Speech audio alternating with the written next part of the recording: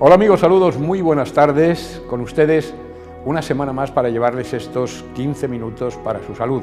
Esta página de Educación para la Salud que realizamos hoy en una atención muy especial de Clínica Bau, porque hoy vamos a contar con la presencia en nuestro estudio de Alberto Candau, cirujano maxilofacial de Clínica Bau, a quien ya quiero saludar. Buenas tardes. Buenas tardes. Bueno, yo le quiero saludar y además agradecer especialmente su presencia, y los telespectadores lo van a entender perfectamente cuando yo les diga el enunciado de este primer programa. Yo quiero decir que el doctor Candau va a estar con nosotros a lo largo de las próximas semanas hablando de aspectos tan importantes de la cirugía plástica como puede ser el que hoy vamos a comentar, y es los problemas derivados de la falta del cabello y cómo se resuelve este problema. No hay más que verme para darse cuenta de que el tema efectivamente me importa. Y si le parece, la primera pregunta es obligada. ¿Por qué se cae el cabello? ¿Por qué estoy yo así? Bueno, la verdad es que todavía no existe una respuesta muy clara de por qué se cae el pelo. Sí que es verdad que, por ejemplo, en el caso de los hombres se sabe que cuando va pasando la madurez, desde la niñez hasta la adolescencia, existe una serie de cambios hormonales que hacen que el pelo, digamos que se intoxica ante la presencia de una serie de hormonas que el hombre produce que se llaman los andrógenos. La más famosa de todas esas hormonas es la testosterona. Efectivamente. Entonces, cuando una persona tiene ese exceso de testosterona, el pelo de determinadas zonas sufre. Claro. Concretamente, el de la zona de la frente. Si nosotros cogemos a una persona que tenga un problema de alopecia muy grande, siempre se va a ver que las zonas laterales y la zona posterior de la cabeza siempre se van a ver con pelo, efectivamente, ¿no? Sí. Mientras que, sin embargo, las zonas de la frente y la zona de aquí de la coronilla, vamos a encontrar siempre que falta pelo. Y eso se debe única y exclusivamente a que todos esos pelos de esa zona tienen una serie de receptores en su membrana que hacen que sean sensibles a la testosterona y en consecuencia pues veamos que se pueda caer como consecuencia de estos andrógenos. Pues de la misma manera que una persona, cuando le explicamos que el acné es una enfermedad juvenil y que con la edad se cura, en cierto modo la alopecia también. A uno entre los 20 y los 30 años se le cae una gran cantidad de pelo y sin embargo cuando pasa ese periodo de tiempo, pues entonces ya vemos que el pelo se para, efectivamente, se para. Claro, por lo tanto, podemos decir que todas las alopecias no son necesariamente iguales. En absoluto. De hecho, la alopecia más frecuente en el caso del hombre se llama alopecia androgenética y es la que está causada por este problema, ¿no? Por un exceso de testosterona en comparación con unos niveles basales. Pero hay otra serie de alopecias que incluso también pueden aparecer en la mujer, no necesariamente el caso de la alopecia androgenética solamente aparece en el hombre, también puede aparecer en la mujer. Pero en mucha menos frecuencia, ¿no? Podemos decir que en el hombre el 95% de las alopecias se deben fundamentalmente a este problema. ¿Y se puede parar la alopecia? ¿Se cura? Bueno, entendiéndola como una enfermedad crónica, nosotros podemos tratarla de la misma manera que si se tratase una tensión alta o un problema de azúcar o un problema de colesterol. Es decir, tenemos que estar continuamente aplicando una serie de tratamientos para conseguir que ese pelo frene su caída, pero en general se puede decir que se puede intentar conservar la mayor parte de pelo. Claro. Con tratamientos médicos podemos conservar el pelo que tenemos, claro, y con la cirugía capilar podemos repoblar el pelo en la zona donde se ha perdido. Vamos a hablar ahora, si le parece, de cirugía capilar. Y vamos a explicar algo que a mí me parece también particularmente importante. Luego veremos el proceso de cómo se lleva a cabo, pero para hacer un, digamos, implante capilar hará falta, lógicamente, disponer del cabello necesario para colocarlo en la cabeza. ¿Esto cómo se hace? Efectivamente, bueno, ese famoso dicho de donde no hay mata no hay patata, ¿no? Efectivamente. Cuando nosotros vemos que hace falta repoblar el pelo, siempre optamos por sacar el pelo de la cabeza, de la zona posterior.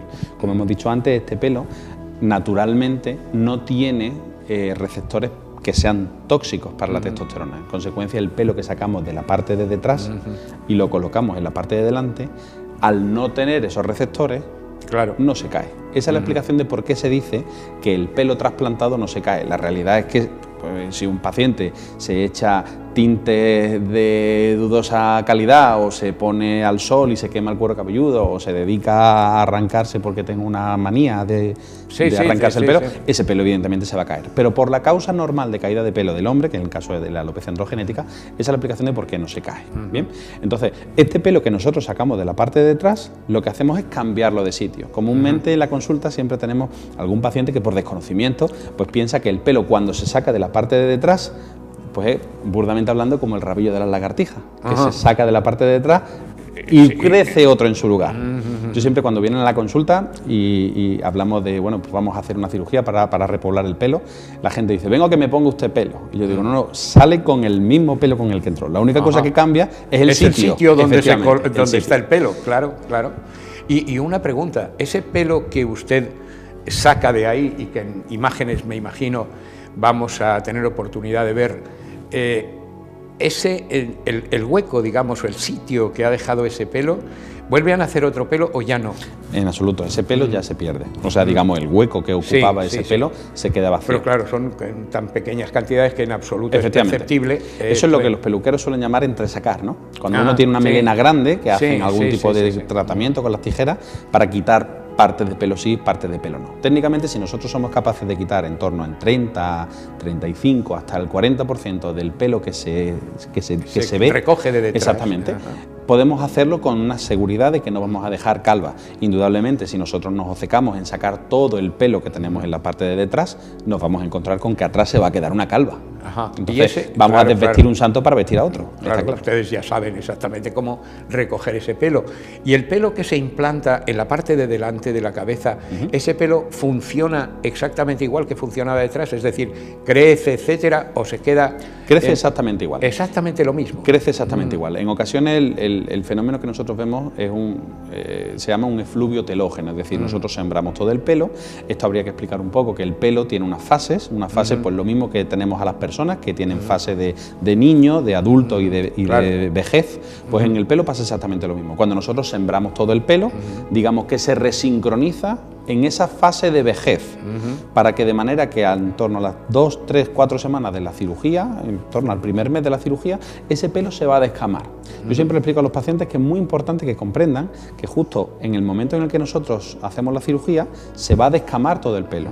Y al descamarse todo el pelo, pues bueno, uno se va a ver igual o peor que como se veía al principio. Claro, bien. Claro. Y eso es lo que le va a hacer un poco que el resultado a largo plazo sea un poquito más lento. Conforme va pasando el tiempo, ese pelo se comporta exactamente igual. Pues si era canoso se va a ver canoso, si era un pelo rubio, rizado se va a ver rizado, exactamente. Sí, porque en definitivas cuentas lo que va a suceder es que el pelo vuelve a crecer tal como estaba y en consecuencia no tiene ningún problema. El problema es, digamos, esa tensión que el pelo ha experimentado en el momento en que se implanta, que lógicamente hasta que vuelva a efectuar, digamos, los movimientos naturales para seguir funcionando, pues va a sufrir ese proceso de descamación, pero luego el pelo que vuelve a crecer es exactamente igual que el que se ha retirado previamente. Esto es importante y yo quiero introducir aquí un tema, si le parece, que al menos ha saltado a los medios de comunicación y es importante que tratemos aquí. En cuanto a estos tratamientos de implantes de cabello, es vox populi eso de viajes turísticos, vayámonos a otro país a efectuarnos un trasplante de cabello, en concreto a Turquía, por ejemplo, donde pues son más baratos y además volvemos con nuestro pelo.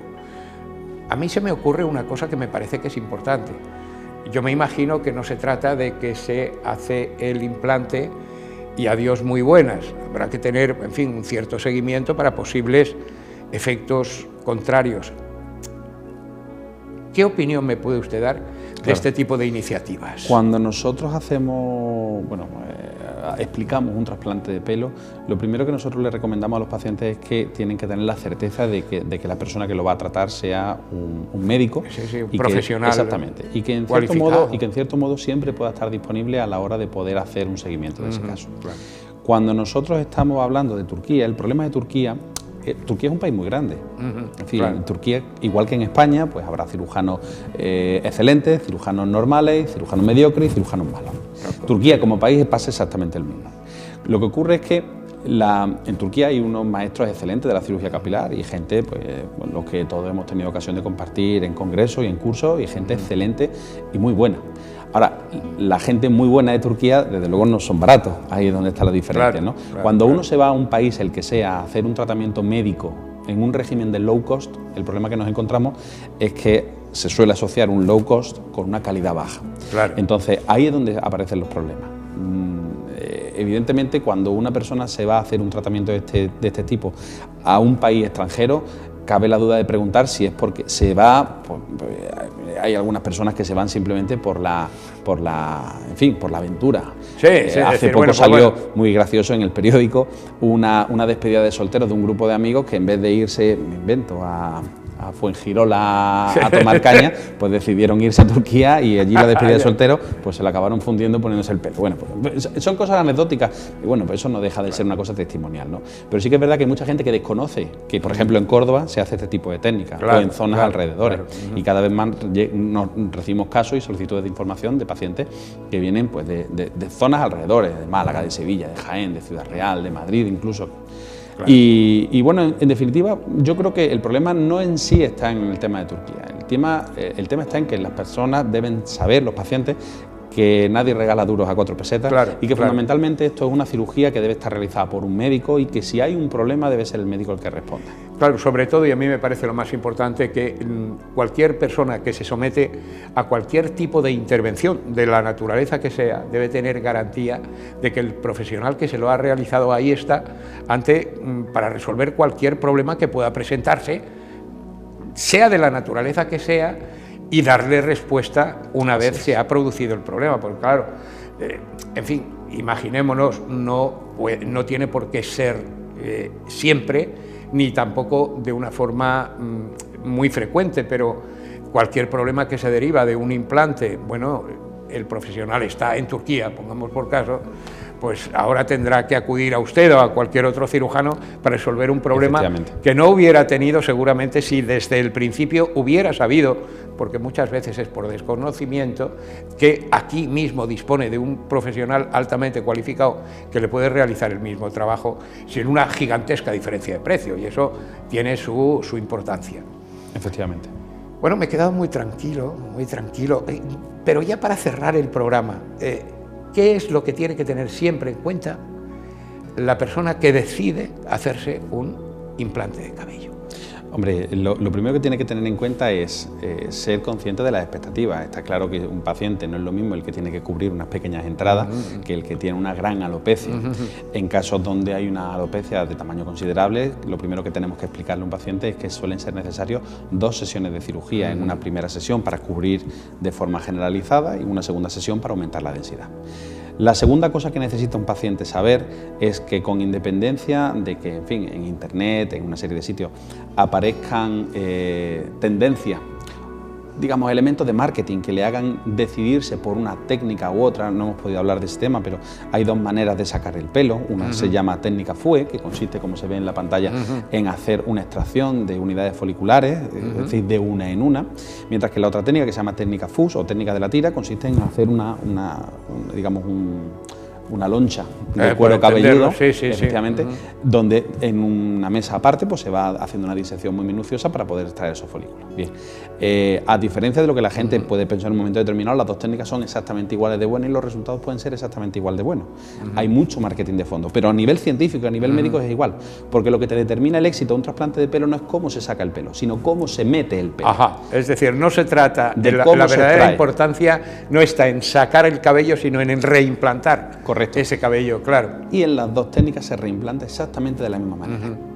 Y esto es lo que hace, por ejemplo, que cuando yo le digo a un paciente, oye, pues antes de hacer cualquier cosa, por lo menos ten la información. Claro. Que no te vendan un tratamiento diciendo esta técnica es mejor o esta técnica es la otra. Por ejemplo, en la técnica FUE, lo primero es que el paciente necesita rapar la cabeza. Imaginemos que una mujer necesita hacerse esa técnica.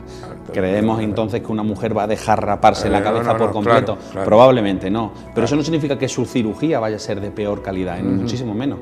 Lo único que significa es que tendremos que utilizar la otra, que es una muy buena técnica, sabiéndola realizar y haciéndola de forma correcta. ¿Bien?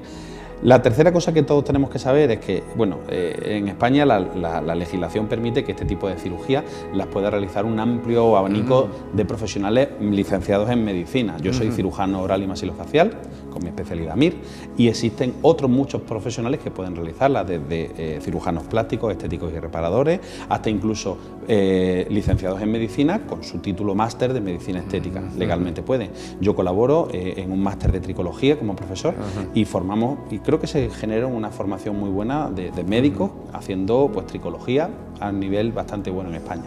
Pero sí que es verdad que esto tiene que ser un procedimiento realizado por un médico y el paciente debe de sospechar siempre cuando el tratamiento, el médico no está presente en todo momento de la cirugía, es decir, desde que empieza hasta que acaba debe de ser el médico el que esté presente y no relegar, a pesar de que se trata de un trabajo en equipo y como bueno, son muchas horas de cirugía, un trasplante a lo mejor puede ser 6, 7, 8, incluso 10 horas de cirugía, pues muchas veces se establece en equipo. Pero no es el caso en el que uno llega, se hace el médico ve al principio, le saluda o le pinta o hace algo, digamos, de pequeña cuantía y luego se va. Claro, eso claro, es estamos la hablando tercera de las cosas que es importante. Y la cuarta y última, y con esto ya te concluyo, es súper importante el seguimiento del caso. Es decir, no es un caso donde tú, por ejemplo, pues te puedes operar y andando. Yo realizo otro tipo de cirugía y probablemente en los programas que vengan ya podremos hablar de este tema. Pues, por ejemplo, un paciente se opera de los párpados, es quitar un poquito de piel, se da un único punto de sutura que va por debajo de la piel, el paciente se va a su casa, a los 5 días se le quita el hilo, simplemente tirando del hilo, y el paciente ya se olvida. Eso es un postoperatorio muy cómodo. Sin embargo, en el trasplante capilar es muy importante realizar seguimientos periódicos, porque una mínima infección, pensemos en una cirugía donde estamos injertando, pues como yo le explico a la gente, imaginemos un campo donde estamos sembrando 2000 árboles. Si hay una plaga y no se detecta a tiempo, una infección, en este caso se llama una foliculitis, una infección del folículo. Bien, esa plaga puede extenderse. Claro. Y si no se ataja a tiempo, podemos encontrarnos con que el resultado de la cirugía se vea francamente muy disminuido. Un fracaso efectivamente absoluto, claro. Por eso es muy importante que los pacientes sepan que hace falta hacer un seguimiento y no basta con decir me opero y hasta el año que viene. Muchas gracias por habernos acompañado, insisto, y ha sido, amigos, la presencia de Alberto Candau, es cirujano maxilofacial y futuro presidente de la Sociedad Española de Cirugía Plástica Facial.